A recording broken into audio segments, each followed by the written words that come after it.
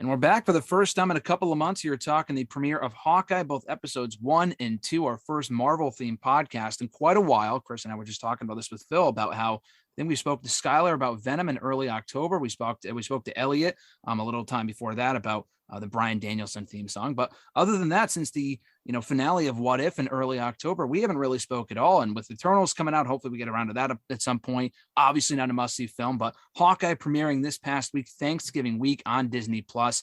Pleasant surprise for me personally to find out that both episodes would be available upon launch. I thought it was just episode 1. So we got a lot to talk about here today. Let's bring them on in. Chris, you're back at BR_doctor on the Twitter machine. Chris, how you been, my man? Welcome back.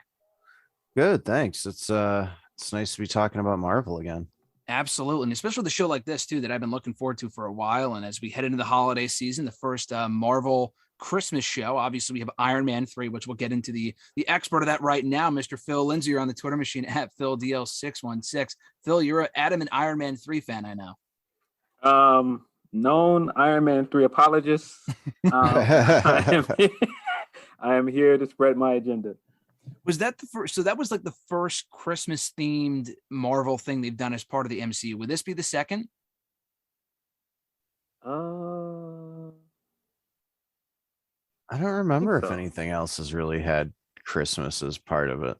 I don't, not that I can think of. And even Iron Man 3 was like barely Christmas themed. Like there was a couple of scenes that reference it, but like Hawkeye, they're like talking about it every episode, and it almost feels like it's a countdown to Christmas with 5 days left and 5 episodes left, or 4 episodes left or whatever. So yeah, it's kind of funny. Like you just know it's gonna end with all of them gathered around the tree, and Kate's there too.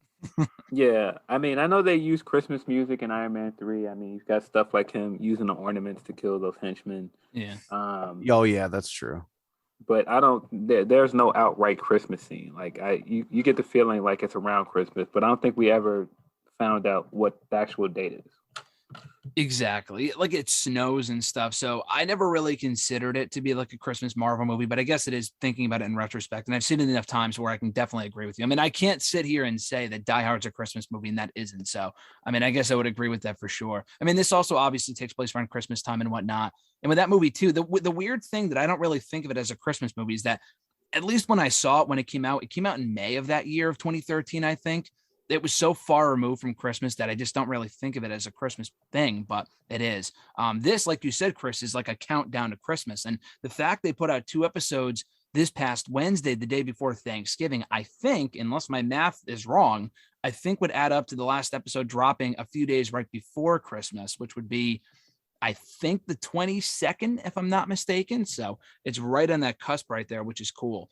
But let's get right into it with this show. I didn't know really what to expect coming in. I've seen all the trailers. I know the general premise of what it would be about with Kate Bishop and Hawkeye kind of training her and whatever. But we got a murder in the first 30 seconds. We got the callback to Battle of New York from the first 2012 Avengers movie and a lot of other stuff going on. So Chris, just in general, give me your general impressions of Hawkeye so far, episodes 1 and 2. I really like it so far. I'm a big fan of just the overall feel of the show being slightly comedic, and I think it's nice to see Jeremy Renner kind of getting center stage finally, because he's always just sort of been there with everybody else. But yeah, I really like it. I think so far my favorite part of it is I feel like Hailee Steinfeld was perfect casting for this character. But yeah, it's been a lot of fun so far, and the way they opened it, I think, was smart, like having it take place during the Battle of New York and showing her like seeing Clint in action, and I really liked how they did that, and we got to see that battle from like a slightly different perspective for a second. Yeah, and I had heard somewhere, I think this takes place obviously around Christmas, but I think this is Christmas 2024, like a year after the initial blip and whatever, and everyone comes back. So, and she said she was 22 here. She said in one of the episodes that she was 22, which would mean that she was around 12 or 11 years old during the initial Battle of New York. So yeah, they go back to that from a different perspective. That's very cool. Obviously, that was like one of the biggest events in the MCU's history. Kind of like the one that kicked it off as far as the alien involvement and whatever. So that was cool. But yeah, no, I completely agree. I thought Hailee Steinfeld did a great job. I'm not overly familiar with her work. This was kind of like my first exposure to her. But I thought she did a great job as Kate Bishop. And I think she'll be the real star of the show going forward, obviously, in addition to Jeremy Renner. What about you, Phil? I know you said it was great in the DMs when we were talking about it a couple days ago. How did you think Hailee Steinfeld did as Bishop so far?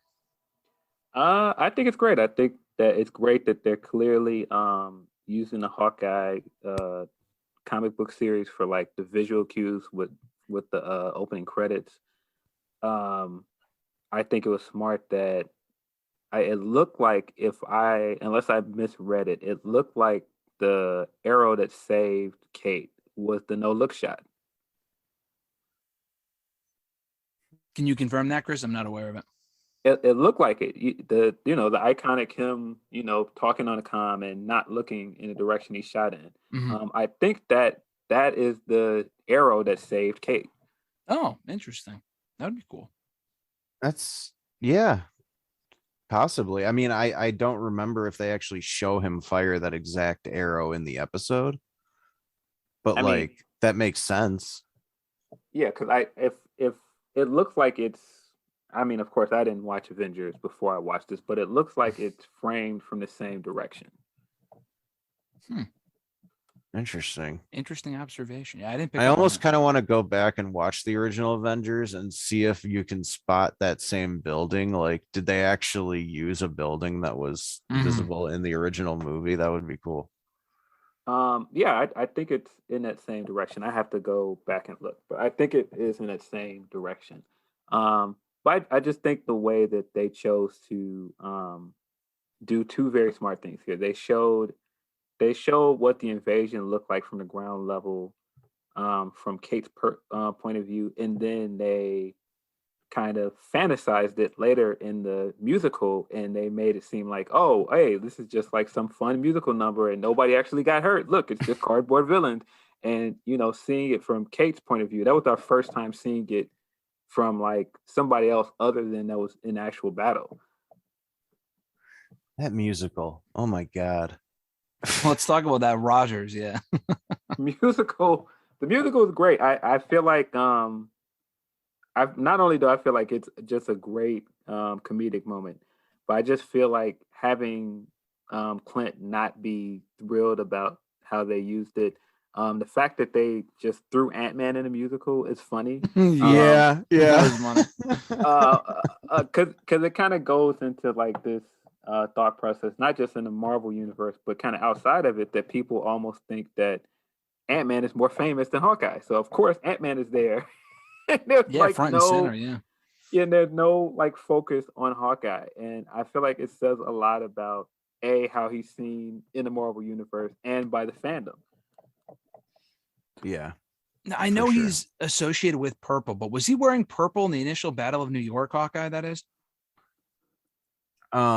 If he was, it was very minor. Like early on, his outfits were mostly just black. Okay. He had that purple streak going down the front of his torso. Oh, okay.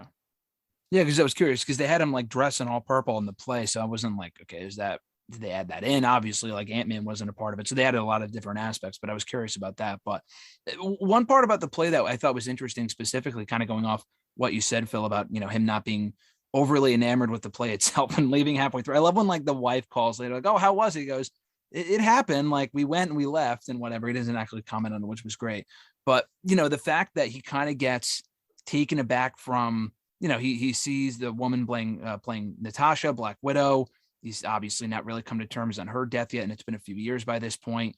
Do you think that's leading anywhere, guys, or do you think that was just kind of thrown in there as far as him not really? Because obviously they were really close, and he was there when she died. Or do you think that actually, the more that I think about it now, I'm an idiot for not thinking about this before, but do you think that's going to tie into the appearance of God, I forgot her sister from Black Widow. Her name is escaping me, but you know who I'm talking about. Yelena. Yeah, I mean, we know Yelena's coming in the show at some point. They confirmed that like months ago. Yeah. So I think that scene was obviously done for two reasons. One, just to put Black Widow in your mind again, and remind you of that part of it. But two, it also just shows like Hawkeye's still not really over it. Mm-hmm.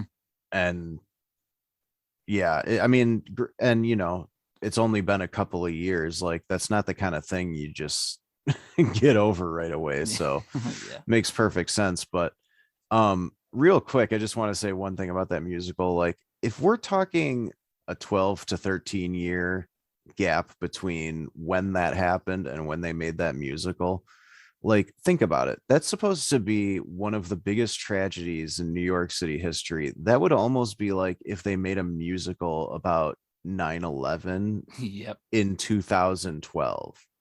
Mm-hmm. Like it's weird to me, like, but it's also like super funny the way they put the musical together. Like it's as cheesy and over the top as you wouldn't want it to be, and that's why it was pretty perfect. Yeah, but see, I feel like that was kind of the purpose of that scene of that. I think from Clint's point of view, everybody is trying to go about life like it didn't, not like it didn't happen, but like it wasn't a big deal. Like it was like this is this big Yeah. alien invasion where they nearly destroyed New York, and they're turning it into this like romanticized event, and he's looking around like no, it wasn't that at all. And then even him walking out and going into the bathroom and seeing that Thanos is right thing, it's like looking at it like this is what Natasha sacrificed herself for, and this is how you guys are looking at it. Mm-hmm. Yeah. Yeah, it's there's a lot to the Hawkeye character that they can build on with that too. Like he's a character that would be ripe for like he might be suffering a little PTSD. I mean, clearly he's physically affected by everything that's happened now that they're showing him losing his hearing, which, that's a detail from the comics that they brought right in. And I'm glad they showed the flashbacks too of where, like, why he would have lost his hearing, because they haven't really, did they really know or build upon that at all in the other movies that he was in, like No, Endgame this or is whatever? pretty much the first time it's ever been referenced, but Okay. like it's been a couple of years, and so it makes sense that it's just degraded over time. And plus, for all we know, one or two things has happened in those couple of years that we just haven't seen yet that could have also contributed to it. Yeah, no, that's true. Yeah, no, I'm glad they showed the video package kind of detailing the incidents that would have led to the point where he would need a hearing aid. So I like that.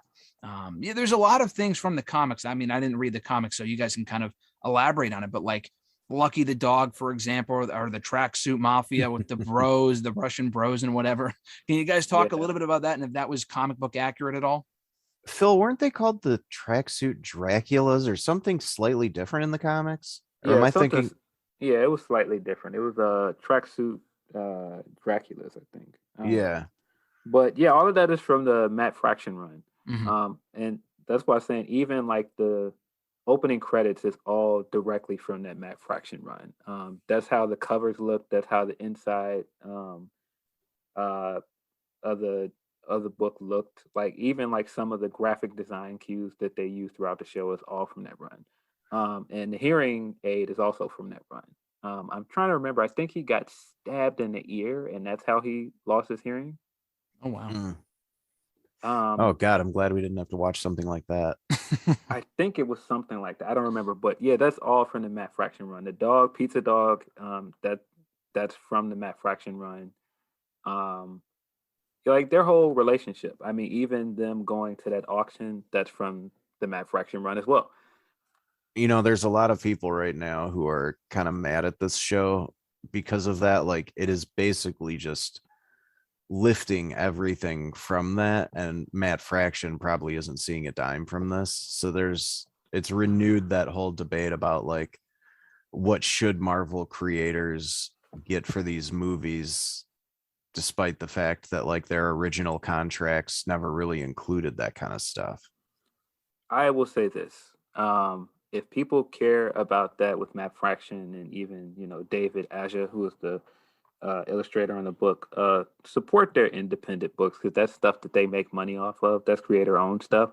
Yeah. I feel like you're always going to get into like some murky water with intellectual property and companies like Marvel because yeah, Matt Fraction created this stuff, and I mean, you can even go back to how Ed Brubaker was treated with the Winter Soldier stuff. Like that is whole. Yeah. That's all his idea. Like Winter Soldier would not be a thing without Ed Brubaker, and he does not make nearly as much money as he probably should off of that stuff. But that's kind of the thing when you sign a contract and you work for a company and it's their intellectual property. It's not. I mean, yeah, they should do the right thing, but we know how that is with corporate. Like you having to twist their arm to make them do the right thing is, I don't know, man. And we see that in wrestling. We see that in all corporations. Mm-hmm. So I would say, support their creator-owned books. I know Matt Fraction has creator-owned books out there that you can support. Yeah. Was Echo from the books as well, the woman who appeared at the end of the second episode, or no? Yes. Okay. The interesting thing about that is Echo is from Daredevil. Oh, okay. She's a Daredevil villain that then turned into a protagonist. And how she ties to Clint is Echo is the first person to wear the Ronin suit in New Avengers. And then Clint is actually the second person to wear the Ronin suit. Mm-hmm. Interesting. I didn't know about the Ronin suit. One thing that I thought was cool was they showed Clint's little kid like signing to him, like, I'm learning sign language because you're going deaf, which not only was that kind of a sweet scene, but it also establishes that Hawkeye might be able to communicate with Echo pretty easily if he already knows sign language. Yeah, that's a good point. Yeah, I'm interested in how, because Echo is connected to Fisk. She is that's the big rumor right now, is that D'Onofrio has a cameo in the show. Yeah, she's an assassin that works for Fisk. Now, I definitely feel like, because they've already announced there's going to be an Echo spinoff, so I don't think that she's the main bad guy here.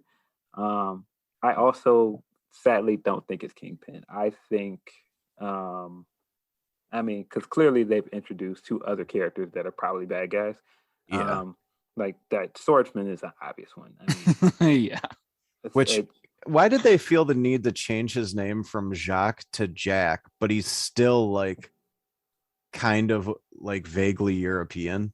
Yeah. I don't know. But yeah, Swordsman's an obvious one. I think Kate's mom is also a villain. I feel like it's coming. Oh, yeah. Yeah. They're trying way too hard to establish her as being like this perfect, loving, supportive mom, which like it's a nice change from the normal superhero origin to not have like shitty parents because so many superheroes do. But yeah, I feel like they're going out of their way to make her look like stable and supportive and loving, because it'll be a big thing for Kate when she finally finds out, like, oh, my mom's actually involved in some shady shit. Yeah, I mean, all the way back to her parents' argument in that first episode, and the fact that auction was going on underneath that party where she was at, and she didn't seem surprised by anything going on. She didn't seem surprised by disturbance or anything. Yeah, I feel like she is probably either the big bad of the show or, one of them. Do you guys think or sorry, go ahead, Chris. I was just going to say, I think they pretty heavily foreshadowed the fact that the show's probably going to end with Kate stabbing him with Hawkeye's sword. Yeah, stabbing maybe. Who, Jack? Yeah, I mean, they had a little sword fight already, and I feel like that is just laying the groundwork for, because it kind of showed that like he easily disarmed her as soon as he wanted to. And so the next time they have a sword fight, she's going to be like a little better and a little ready, and just doing it with Hawkeye's sword would be, sort of not poetic, but just appropriate. That would make sense. Yeah. Especially after that scene when she kind of revealed that there was more to him than with them. The mom was like, oh yeah, no, there's nothing wrong with it or whatever. Yeah. She's definitely in on it with him or separately or whatever. But is it safe to say that she was the one that killed the dad? Because we never saw the body and they never really explained what happened to him either in that first scene of the show. See, I think that might be the case too. I think they want you to think it's Jack, and that's maybe what it's going to end up being, is the mom. Yeah, because they had that argument. And she just brushed it off like, I don't know if he was threatening me. What are you doing here, Kate? Like, She really Yeah. quickly moved on. Yeah. I wouldn't even be surprised with the argument in the first episode that it wasn't like the accident happened from the fight in New York, and we just find out like the dad died. We never learned how her dad died. Yeah. And they were having financial problems, and then all of a sudden they weren't. Yeah, that in itself is suspect.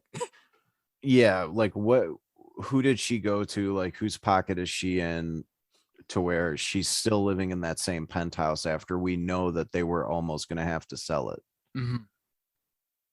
And she owns a security company. Like her Yeah. dad didn't look like some kind of security executive or anything. So it seems like that's new too. Yeah. Yeah, I think her dad was in the mob in the comic, if I remember correctly. Or he was involved in organized crime. So then if she was responsible potentially for the dad's death, what about the old guy? Was that probably Jack or someone else? I think it was the mom. I think both were her. Connected to Jack or separately?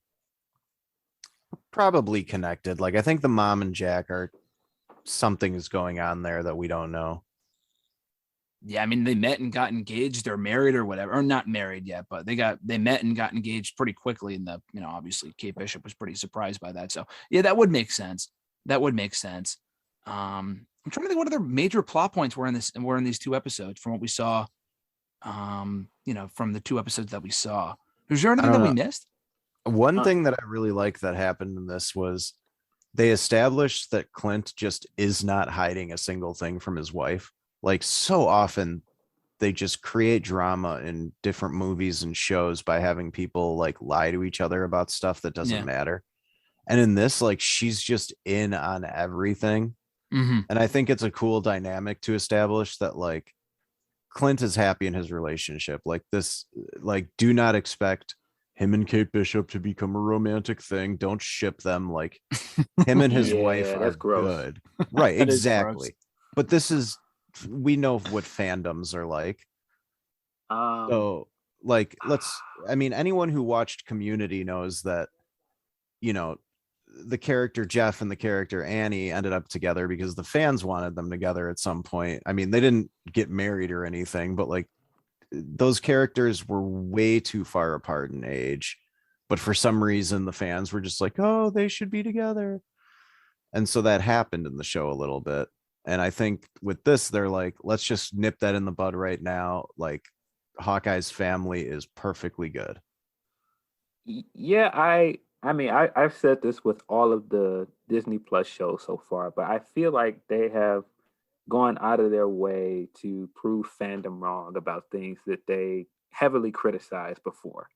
And I feel like people are going to come out of the show liking Clint as Hawkeye more than they did before. Mm-hmm. And I mean, I felt the same way with Wanda. I felt the same with the Loki stuff, even all the way to, Wenwu and Shang-Chi. I feel like they have kind of redeemed a lot of things that people didn't like before.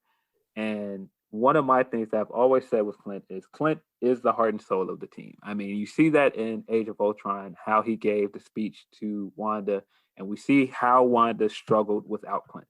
And in this episode, well, the first two episodes, you can see that he outright he kind of stayed away from getting close to Kate. And I think that is on purpose because of what happened to Wanda. That would make sense. That's a good point. I didn't really think about that, but I mean, I think he's also just like at this point he wants to be retired, and now he's getting pulled into something, and like the good guy in him won't let him just walk away from Kate. So it's like he's annoyed at himself and everything. Like just watching how annoyed he was during the LARPing scene. Oh, the LARPing scene. We didn't talk about that. That was amazing. Yeah. So, but that's what I'm saying. Like, I think on some, because you got to look at it like this. Natasha wouldn't have joined S.H.I.E.L.D. if he didn't see something in her to help her redeem herself. She wouldn't have joined the Avengers if it wasn't for him. Mm-hmm. And it's the same way in Wanda. Like, I feel like he saw something good in her to mentor her. And there's two women he mentored. And like I said, Natasha's dead and Wanda is off on the run. So he's got to be looking at it like, I'm not doing this again. I'm not going to put you in harm's way. Yeah. And they gave off those vibes with how we interact with it early on. Yeah, no, totally. And I'm glad you brought up the LARPing scene too. I totally forgot about that. That was probably my favorite part of the two episodes. I love the comedy stuff, and I thought they did it well in the 2 episodes from what we've seen so far. And yes, to get like the costume back, I was fully expecting the guy that he was going to get the costume from. He was like, "Oh, if you let me kill you, I'll give the costume back." I was fully expecting him to not give him the costume, even though like Hawkeye did the job for him, so to speak. And that didn't happen. But no, I thought that was great. Any other thoughts, guys, on these first 2 episodes? Well, I mean, the LARPing scene is so interesting because I feel like in the LARPing scene, everybody is kind of, again, playing at battle. And these are things he's actually been in. And he's like, this isn't a joke to me. And that's why he's kind of looking and rolling his eyes at everybody like, no, and just ripping through people with no problem. He's just like, this is ridiculous. Like, and he's like, no selling people hitting him and all this other stuff. Yeah. It's just like, I think it's because he's looking at it like, yeah, you guys are making battle into a joke. It's not a joke. But at the same time, you see how much he inspires people. I mean, and he doesn't feel like he deserves it. And you saw that with the grill scene. You saw that when the guy paid for his food at the Chinese restaurant. I think all of the stuff that they're setting up is that he's clearly depressed, and he's not saying it. He doesn't feel like he deserves any of the accolades of what the Avengers did because, also he did the stuff as Ronin. And by the way, all of those people that were trying to make him out to be racist because you're seeing him kill Asians in game and you assumed he only killed Asians. No, this clearly sets up that he killed all criminals because he had the ties to the tracksuit mob before this. And they even established in Endgame that he had taken out a whole cartel in Tijuana. Like he was going around the world. Yeah. For some reason, people were trying to say he only killed people of color, which was the stupid criticism. So dumb. But yeah, I feel like there's so many layers to everything they did in the first 2 episodes, and I almost want to rewatch it because I feel like there's stuff I missed. Yeah, I've actually watched both episodes 3 times now, just because I've had a little bit of time recently, and just I put it on like while I'm working sometimes, and I think the strength of this episode is definitely like the chemistry that those two have, just like playing off each other. Like Kate is such a huge fangirl, but at the same time is like completely confident in her own abilities. Yeah. And I really like the dynamic that they've set up early on. I think that this is going to end up being like one of the better MCU shows so far. It's so hard to like compare them because they've all been so different. But yeah, I really like this, and I'm curious to see exactly if Kingpin shows up. Because if that happens, it's going to open the floodgates, and we're going to start to see some more of these Netflix characters come in, which nothing would make me happier. Man, yeah. If anything, all of these shows so far just make me more and more excited for Young Avengers. Like watching this and thinking like, okay, she's going to interact with Eli someday, and all this stuff is setting up. Like that's exciting. I don't know if it's a Disney Plus show or a movie, but I feel like they've cast almost every member of the Young Avengers perfectly. Yeah, it's going to be cool. Yeah, it's definitely the direction they're headed. And I had seen some interview that some top official of Marvel was talking, but they didn't outright confirm it was coming, but they were like, oh, we want to get, Hailee Steinfeld's character as Kate Bishop correct first, but that's clearly where they're going with this. And it seems like it's more a matter of when than if. Probably not in the immediate future, like in the next year or two, but beyond that for sure. But I will try my best in the next 4 weeks before the series is over to watch most, if not all, of Daredevil. I know we've discussed this before, so it packs more of a punch if he shows up. I'm not expecting him to, Vincent D'Onofrio, that is, but that would be an awesome appearance cameo if he could make it. But we'll talk about episode 3 next week, guys. This was great. Chris, during the Twitter machine at BR_doctor. Phil, you're on Twitter at PhilDL616. You guys do great work, and look forward to the next one. Thanks. All right, awesome.